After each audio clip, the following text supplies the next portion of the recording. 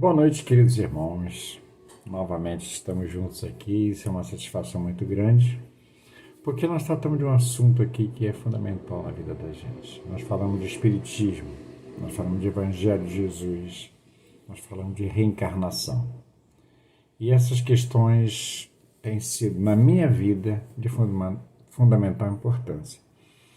E eu creio que na vida de muitas pessoas, porque nós ouvimos muitos relatos, as pessoas com quem convivemos nas casas espíritas, falando das mudanças que ocorreram nas vidas das pessoas após o conhecimento da doutrina dos espíritos.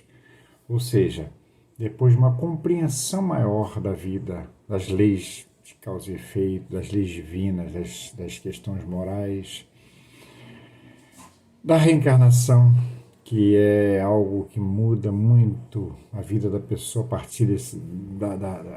partir desse conhecimento tão fundamental. Porque o conhecimento da doutrina nos leva à busca da reforma íntima. A busca da reforma íntima implica uma série de correções que nós precisamos fazer em nossas vidas, pelo nosso jeito de pensar, pelo nosso jeito de agir, de encarar as questões, em pensar, por exemplo, que a vida não acaba com essa existência corporal.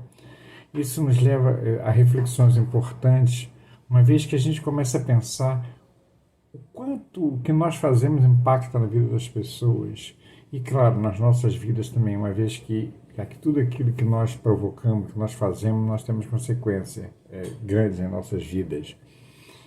E o que isso importa, que nós aprendemos a ver que o que nós fazemos, o que nós pensamos, não vai ter um fim no momento em que nós desencarnamos, que perdemos o corpo físico. Não vai ter um fim, muito pelo contrário. Vai ter uma continuidade importante, porque a nossa vida, de um modo geral, ela vai ter continuidade o tempo inteiro e de forma continuada daquilo que nós estamos fazendo nesta existência corporal. E aí isso me leva hoje a uma conversa muito informal, tentando reproduzir aqui uma conversa que nós temos no dia a dia com as pessoas, né? Nesses últimos dias eu estive conversando assim, com algumas pessoas. Ontem mesmo eu encontrei um camarada. Um tempo atrás ele disse que estava procurando uma religião, tentando se encontrar em alguma coisa, mas que gostava muito da religião evangélica, né? do protestantismo. E eu, claro, falei que é muito natural que a pessoa, isso tem, cada indivíduo se identifica com uma doutrina religiosa, com um jeito de proceder, e isso é muito variado. E nós, pelo menos nós que professamos o Espiritismo, sabemos que, embora seja plenamente satisfatório para nós o conhecimento da doutrina, mas isso não quer dizer que todos tenham que pensar igual. Não quer dizer que todos tenham que ser espíritas. Nós temos o hábito de estimular as pessoas a ter uma religião. Eu, particularmente, dou muito valor a isso. Porque, embora a gente, para ter a nossa religiosidade, para praticar a nossa religiosidade, nossa fé, nosso contato com o Criador, com o Sagrado, seja da maior importância, isso não depende de movimento religioso.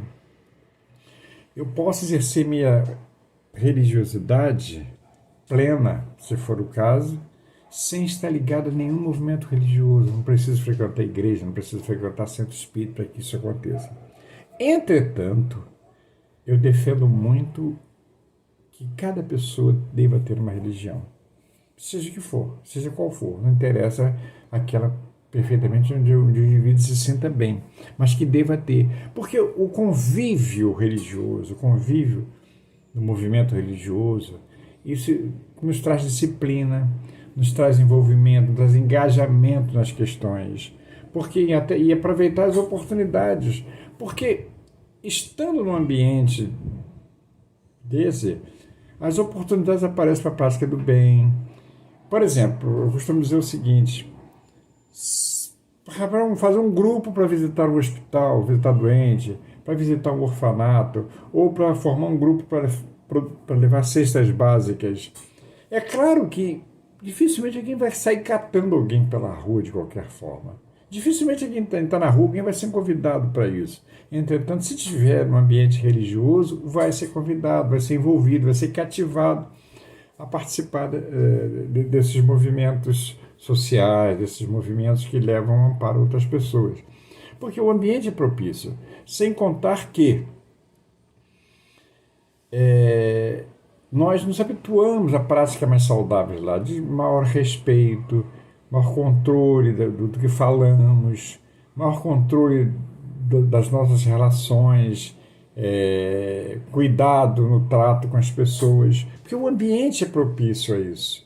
Então, com essa prática no ambiente, a gente acaba incorporando no nosso dia a dia e, quem sabe, sendo a cada dia pessoas melhores.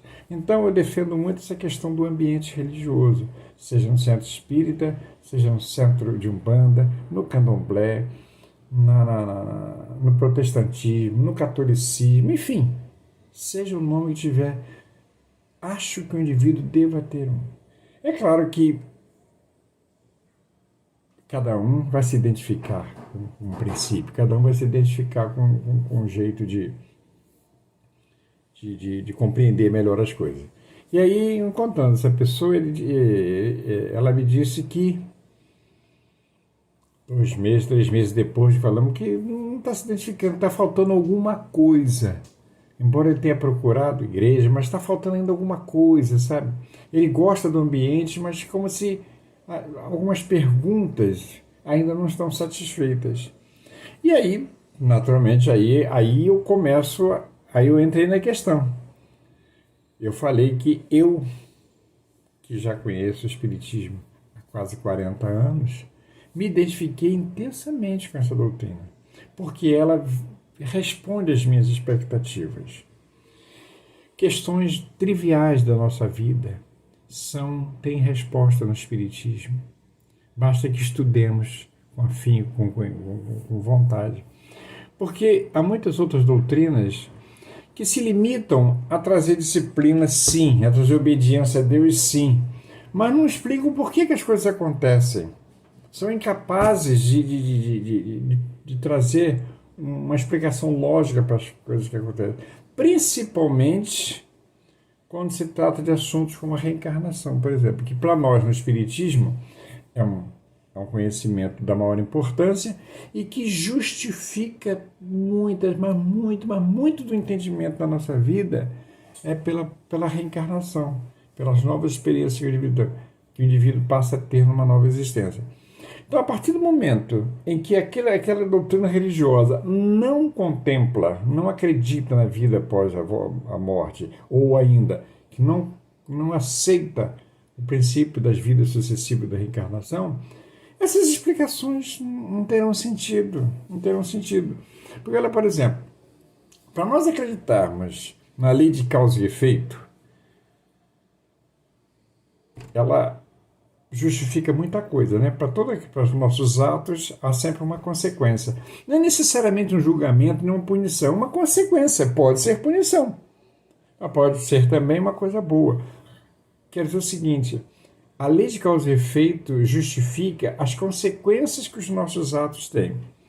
Enquanto numa existência, essa lei de causa e efeito pode ser aceita perfeitamente por uma religião, por uma doutrina religiosa que não aceita a reencarnação. Mas nós no Espiritismo sabemos já que essa lei de causa e efeito ela transcende uma existência. Nós hoje passamos por consequências de atos que tivemos numa outra existência, da mesma forma que vamos ter nas próximas existências, nas próximas vidas, consequências de atos que praticamos hoje. Então, essa ideia de vidas sucessivas e a aplicação da lei de causa e efeito, ela se justifica principalmente na compreensão de vidas sucessivas. Porque nós já sabemos que nem tudo acontece apenas numa existência. No capítulo 5º do Evangelho segundo o Espiritismo, Bem-aventurados os aflitos, por exemplo, que é um capítulo do Evangelho em que para se compreender essa passagem de Jesus, é fundamental que se creia nas vidas sucessivas, na reencarnação. Porque se não acreditar a reencarnação na vida sucessiva, ou seja, num outro corpo, numa outra experiência, não faz sentido que Jesus teria dito: bem-aventurados os aflitos, porque serão consolados. Nesse capítulo 5º do Evangelho segundo o Espiritismo, Kardec coloca as causas das nossas aflições. Muitas das causas das nossas aflições acontecem nesta existência. Desde quando nós começamos a nos entender, nós agimos, nós pensamos, nós falamos. E todas essas nossas ações, pensamentos e falas têm consequências. Inevitavelmente. Inevitavelmente tem consequências. Consequências que às vezes são boas, ou às vezes nem sempre boas. De qualquer forma, são um aprendizado para todos nós. Então, quando nós temos a consciência de que tudo que fazemos, pensamos ou agimos tem consequência, nós começamos a medir aquilo que nós fazemos, para que sejam medidas também as consequências. Então, quando Kardec coloca, muitas dessas causas acontecem nesta vida, nesta presente vida que nós estamos aqui. Só que há muitas outras causas que têm, há muitas outras aflições que têm causas em vidas anteriores. E isso fica muito claro. Se nós começarmos a observar a nossa volta, nós vamos ver que muitas das coisas que acontecem conosco, ou que acontecem com as pessoas que conhecemos, não tem uma explicação lógica. Se nós não entendermos as nossas responsabilidades pelas vidas passadas. Então, nós somos acometidos de aflições, de passagens, aparentemente sem uma causa.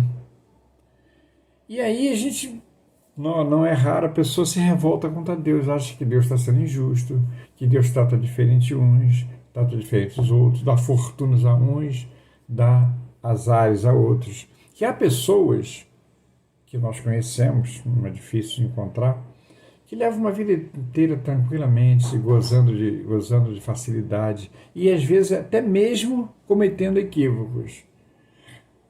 Da mesma forma, nós conhecemos pessoas, às vezes, que passam a vida inteira de dificuldade de dinheiro, dificuldade de saúde, dificuldade de relacionamento, e também nós não vemos uma causa aparente para isso. Onde é que está a causa disso? Por que essas pessoas sofrem isso? Porque Deus escolheu um em detrimento do outro, acha que um é mais bonito do que o outro, ao nascer, disse: olha, você vai ser feliz, você não vai ser feliz. Se Deus é justo, as causas terão que ser justas. Isso é uma questão lógica.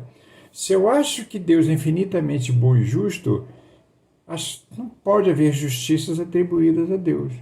Então, se Ele nos ama infinitamente, cada um de nós, como se fôssemos únicos, e essas coisas nos acontecem, estaria Deus dormindo? Não.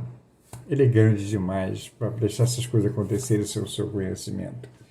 Então, nós vamos encontrar justamente a explicação nos nossos merecimentos, nos nossos desafios, nas nossas conquistas. Ninguém sofre injustamente. Ninguém é feliz injustamente. Se nós acompanhamos injustiças na vida social, na nossa vida material, o mesmo não acontece na vida espiritual. Porque Deus é justo, Deus é bom. Então, uma expressão que eu já falei aqui, que podemos ver, nós vemos várias injustiças no mundo, mas não conhecemos um injustiçado. Porque essas injustiças aos nossos olhos, porque nós não temos o conhecimento, a amplitude de conhecimento para identificar uma causa para esses sofrimentos. Mas essas causas existem e foi provocada por alguém. Ninguém passa por um constrangimento, uma aflição, sem que tenha provocado essa situação.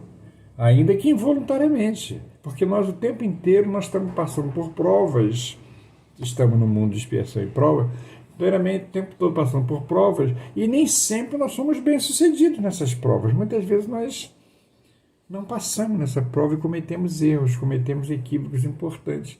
E aí a conta vem, a conta vai chegar inevitavelmente.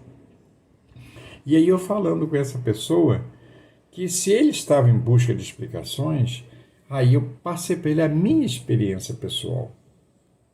Como eu disse, há mais de 40 anos estudando, convivendo com as situações, lendo romances espíritas, livros complementares, André Luiz, Emmanuel, livros da codificação, nos traz um cabedal de conhecimento muito grande, que nos ajuda a sermos melhores. Se nós ainda não somos melhores, é porque nós ainda infringimos erros, ainda temos questões muito grandes a serem resolvidas, mas, de um modo geral, todos nós melhoramos. Afinal de contas, nós vivendo um sistema evolucionista, onde o progresso impera sempre. Nós estamos num processo de evolução constante. E eu falava para essa pessoa que, no Espiritismo, sim, nós encontramos soluções para muitas dessas coisas, de acordo com a nossa exigência. E muito mais, é porque o nosso grau de conhecimento ainda é pequeno, visto que ainda nós estamos num processo de evolução, então a nossa exigência ainda é pequena. E quanto maior for a exigência, quanto maior a necessidade de conhecimento, mais esse conhecimento será satisfatório. Nós hoje compreendemos, já vemos na literatura espírita, obras de André Luiz, Joana de Ângeles, Leon Denis, que são espíritos muito avançados. Emmanuel, Joana de Ângeles, enfim, são espíritos muito avançados que trazem essas respostas para nós com experiências muito maiores do que a nossa. Então, mesmo no nosso nível de compreensão, já temos respostas suficientes, mas isso não se esgota, porque é verdade que nos cabe.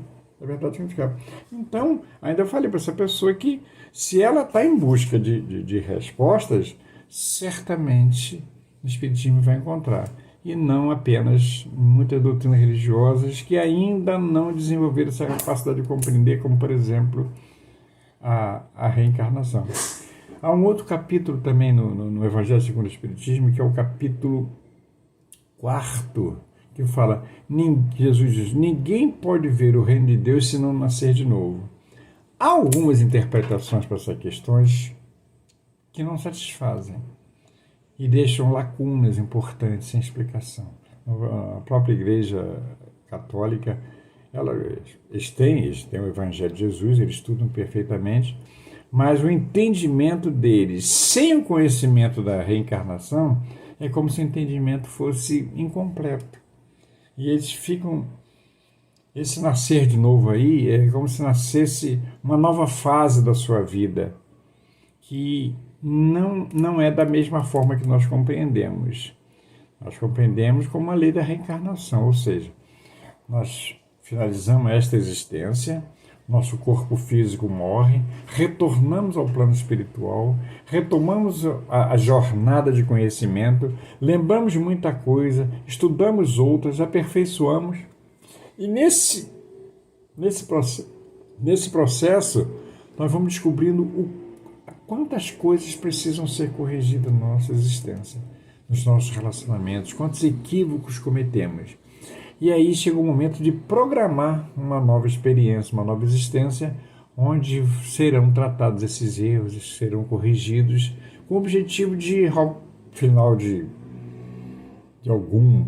centenas ou milhares de vidas, de existência, possamos alcançar um processo melhor de espíritos superiores, como aqueles que já passaram por esse processo e hoje nos dão a informação. Então é isso por hoje. Uma boa noite a todos, fiquem todos com Deus. Bye, bye.